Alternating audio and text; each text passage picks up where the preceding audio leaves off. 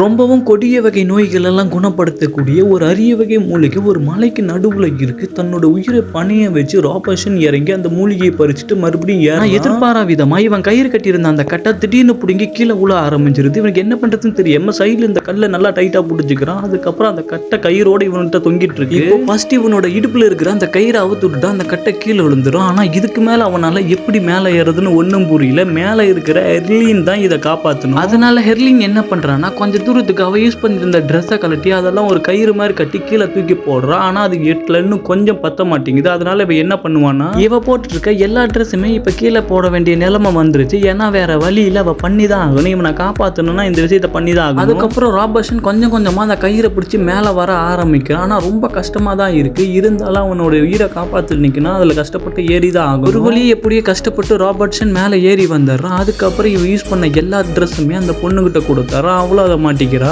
உடனே அந்த ஃப்ளவரை எடுத்துட்டு அங்கிருந்து போயிடுறாங்க. ஏன்னா இதை எடுக்க பல பேர் போராடிட்டு இருப்பாங்க. அவங்ககிட்ட யார்ட்டு மாட்டினாலும் இவங்களோட உயிருக்கே ஆபத்து.